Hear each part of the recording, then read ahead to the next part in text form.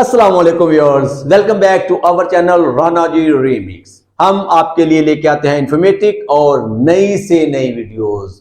आज जो टॉपिक हमने आपके लिए सिलेक्ट किया है हमेशा की तरह बड़ा इंपॉर्टेंट और बड़ा जबरदस्त टॉपिक है। आज हम आपको बताएंगे यूएई, खास तौर पे दुबई आजाद वीजा की प्रॉब्लम्स के बारे में।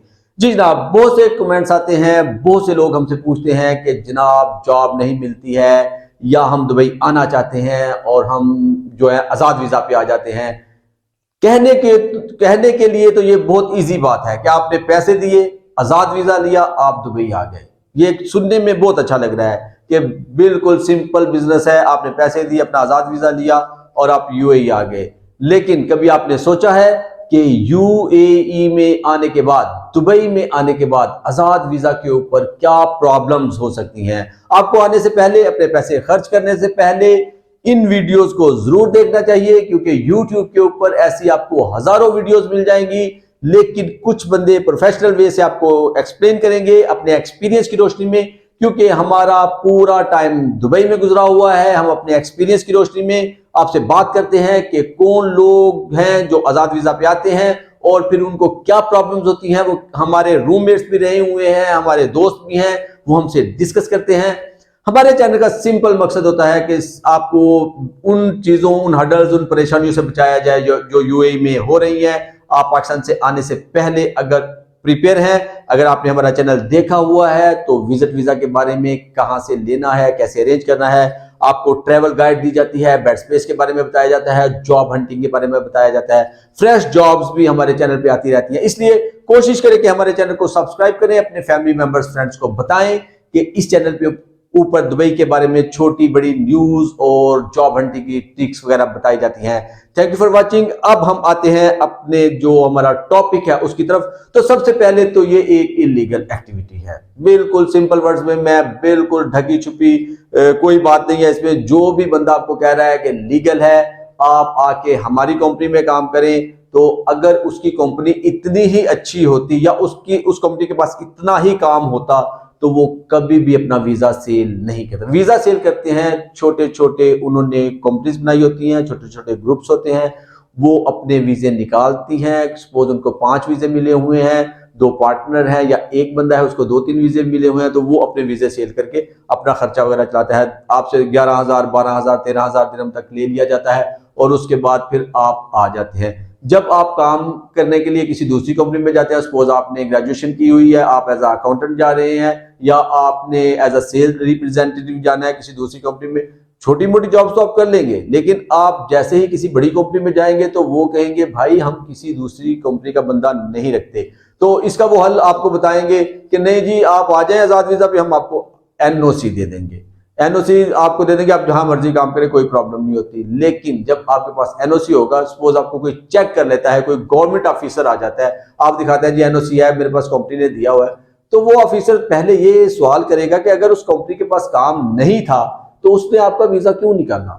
सिंपल, क्योंकि दुबई के अंदर फैक्ट के ऊपर बात होती है, सच्चाई के ऊपर बात होती है, कोई भी ऐसा शाये बाय नहीं चलता है। वहां पे बात होती है बिल्कुल रियल, बिल्कुल क्या वजह है कि दुबई तरक्की कर रहा है, सिर्फ इन्हीं पैरामीटर्स के ऊपर दुबई तरक्की कर रहा है कि वहां पे बात फेयर होती है। आप करने को तो कई लोग 2-2 साल, 3-3 साल, 4-4 साल आजाद वीजा पे काम कर रहे हैं, ठीक है, काम भी मिल जाता है।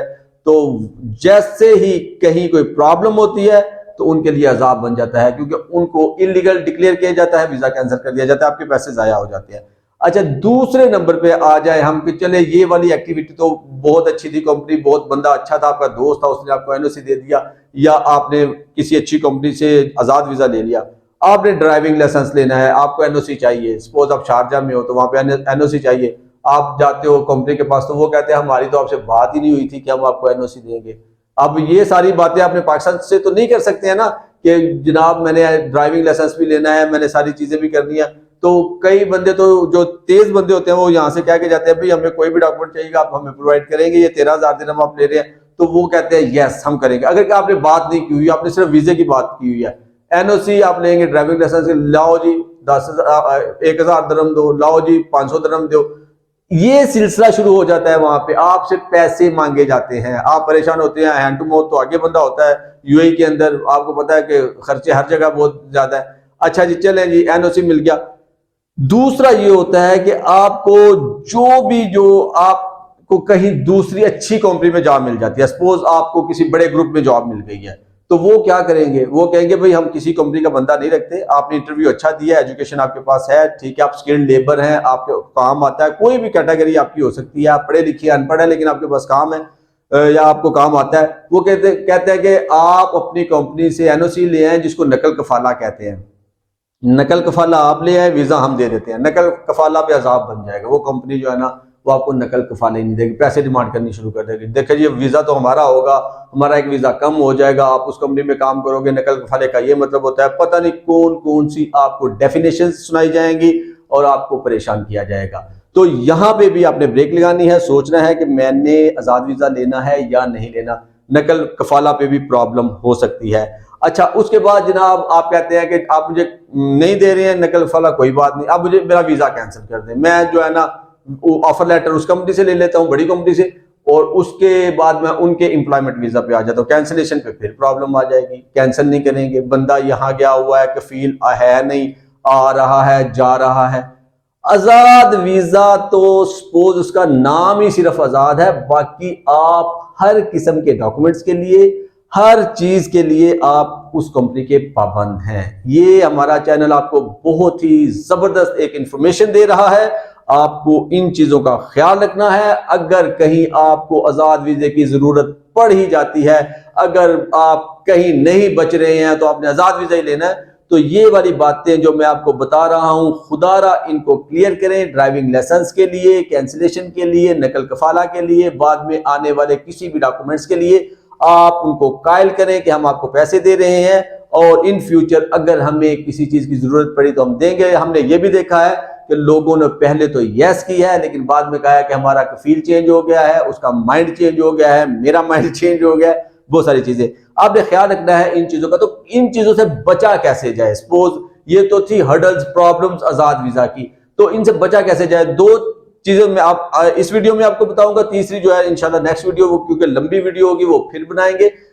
नंबर 1, अगर आप स्किल्ड लेबर हैं तो आपने आजाद वीजा नहीं लेना। स्किल्ड लेबर को हमेशा हमारा चैनल यही बताता है कि इंडिया, बांग्लादेश, पाकिस्तान से आप कंपनी के वीजा पे आए।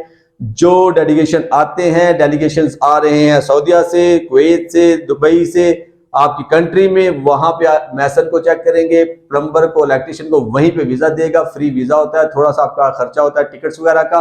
आप वहां से एम्प्लॉयमेंट वीजा पे आए, कंपनी के वीजा के ऊपर। कंपनी के वीजा पे आएंगे तो आपको एनओसी भी मिल जाता है, ड्राइविंग लाइसेंस के लिए भी आप क्वालिफाई कर लेते हो, बहुत सारी चीजें, क्योंकि बड़ी कंपनीज होती हैं उनके लिए ये हर्डल्स है। हमेशा छोटी कंपनी जो वीजे बेच रही होती है उनके लिए प्रॉब्लम्स होती हैं। अच्छा, दूसरी कैटेगरी आ गई पढ़े लिखे बंदों की। पढ़े लिखे बंदों के लिए तो कोई नहीं आ रहा है यहाँ पे इंटरव्यू करने के लिए, तो वो लोग विजिट के ऊपर कोशिश करें कि आए। विजिट के ऊपर खर्चा तो होगा, आपको आजाद वीजे वाले कहेंगे जनाब विजिट पे आप 1-2 विजिट लेंगे तो इतना खर्चा हो जाएगा, तो आप इससे पक्का वीजा ले लें, आजाद वीजा ले लें। तो आजाद वीजे का फिर आपको जाके प्रॉब्लम्स आ रही है। तो आप विजिट वीजा के ऊपर जब आते हैं, किसी बड़े कंपनी के साथ या बड़े ग्रुप के साथ अटैच होते हैं, तो उसके बाद फिर आपको मजा आता है जॉब करने का, सारी फैसिलिटीज लेने का और इन सारी चीजों का। तीसरी कैटेगरी जो है, जो ना पढ़ी लिखी है, ना काम आता है, सिर्फ आजाद वीजे के पीछे भागती है, तो उनके लिए हम नेक्स्ट वीडियो बनाएंगे कि उनको कैसे दुबई आना चाहिए। Thank you for watching. अपने फैमिली मेंबर्स, फ्रेंड्स को बताइएगा, चैनल को सब्सक्राइब कीजिएगा, बहुत जबरदस्त इंफॉर्मेशन आती रहती है, अपडेट्स और फ्रेश जॉब्स हम आपको बताते रहते हैं। और हमारे चैनल को लाइक कीजिएगा, अप्रिशिएट कीजिएगा। Thank you for watching, take care, अल्लाह हाफिज।